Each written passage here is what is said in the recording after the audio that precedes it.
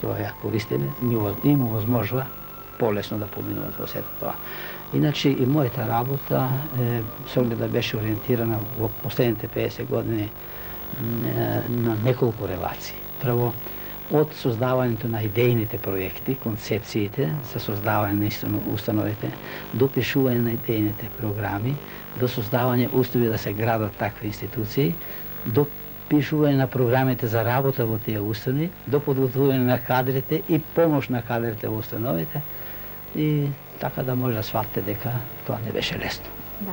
Меѓутоа, морам да кажам, јас не бев само во тоа. Покрај што ми помага доста мои соработници, надлежни органи, организации, инвалидски организации, најмногу ми помогна мојата сопруга. Таа ме храбреше, бодреше. Едноставно, она ми така внесуваше уверение дека можам да постигнам тоа. Доаѓав ја во ситуација некој да кажам не можам. Не, можеш да го направиш тоа и треба да продолжиш. Така и токму тука сега јас исто почувствував потреба дека навистина треба да ја спомнам и вашата сопруга. Всушност, уште едниот, да речам, комплетен член на семејството Едински, која што, да речеме, во пензија веќе долги години, меѓутоа треба да откриеме дека исто така просветен работник од една страна, значи првиот факултет, а вториот е веќе логопед, значи многу допирни точки и со вашата професија. Кажете ми, господја Единска, вие бевте долги години и директор на предучилишна установа. Какви промени во тоа време точно во врска и со хендикепираните деца вие внесовте таму? Во текот на тие 30 години, од 3 простори, 6 души персонал, се изградија 6 објекта со по 1200 метра квадратни и од 90 деца на крајот имавме 800 деца. Тука во тие 6 објекта имавме комбинирана, затоа се викаше установата комбинирана детска установа, детска радост. Имавме 150 деца од јаслена возраст, 240 имавме од градинка, целодневна и полудневен престој деца од забавиште околу 120. Така да, кога заминав 85-та година, после 30 години работен стаж, ние веќе имавме 93 персонал и 800 деца. И ако некоја награда во животот сум добила, тоа е после 30 години. Во текот на тие 30 години сите деца, цел персонал беа здрави, живи. Тоа ми е најголема сатисфакција морална. Ние пред 25 години првото искуство наше беше во градинката, во објектот во Железарница. Тука имавме посебна група со дечиња од Центарот за слух, говор и глас, и децата ги заедно имавме јадење, заедно играње, заедно се, така да се прилагодат сите дечиња од таа возраст. Тука автоматски се вршеше таа рехабилитација на тие деца на говорот и гласот, посебно на говорот. Тоа значи дека на некој начин вие исто како вашиот сопруг дадовте свој виден голем придонес и во тоа време токму за овие деца, и треба да спомнеме дека бевте одликувана и со орден на трудот. 84-та година пред да одам во пензија го добив тоа одликување, медал на трудот. Сега, тука е можеби интересно за гледачите, со оглед на тоа дека веќе ве запозна како семејство. Значи, вашиот придонес може да се каже и во областа на науката и во областа на хуманост е навистина голем. Можеби е добро сега да го кажеме и оној малку семеен момент.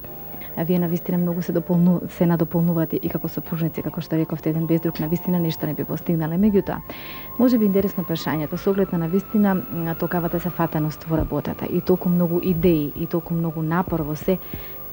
Еве, вие сте се уште активен професор. Може би е добро прашањето, дали вие би можеле да одите во пензија во суштина и што би правеле во пензионерските денови?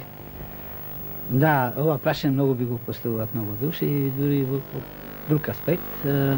Ако може да не одите во пензија, нема да одите, останете се додека можете. Јас имам друго размислување. Ја би сакал утре да одам и се разбира се уште работам, затоа што, како што реков, отворихме нови студии и со оглед на недостатокот на кадар, јас поред што имам задача да способувам студенти, настава, испити, да се така натаму. Едно од приоритетните ми задачи е да подготвувам кадар што е интензивно што како друго. И за среќа веќе имам тројца доценти што докторираа. Сега двајца мои асистенти ќе докторираат, ќе ги изберат за доценти, па уште тројца асистенти ќе магистрираат, така натаму. Се надевам дека наскоро веќе ќе се екипираме и веќе можам да заменам. Јас имам планови за пензионирањето. Многу викат, че се нема што да работиш, ќе бидеш затворен. Не. Јас имам свој план дека во пензиите, за време на пензионирањето, тоа време ќе го искористам подно работи што не сум ги завршил сега, да ги тогаш завршам. Имам доста ракописи што чекаат да се објават. И веќе почнав, веќе се оставав подготовка, ево оваа година испадна моје, наше, јас вклучив и мои млади два соработника со мене, се работи на некои поглавја и излезе едно капитално дело, тоа е нова книга што ќе служи на студентите, а вакви учебници веќе сум испланирал, ако ме среќа послужи, да овој период да го искористам многу продуктивно, многу корисно во пишување. Да, сега покрај пишувањето, дали можеме да кажеме дека и нешто друго е ваша преокупација во слободното време? Па секако, иако сум многу зафатен, али ја во денот наоѓам време, ако не друго да се одморам, и мојот одмор, мојот разумење е мојата градина. Како што видовте, имам голем двор, голема градина, дрвчиња имам од сите видови, сакам да гајам дрва, посебно лимоните.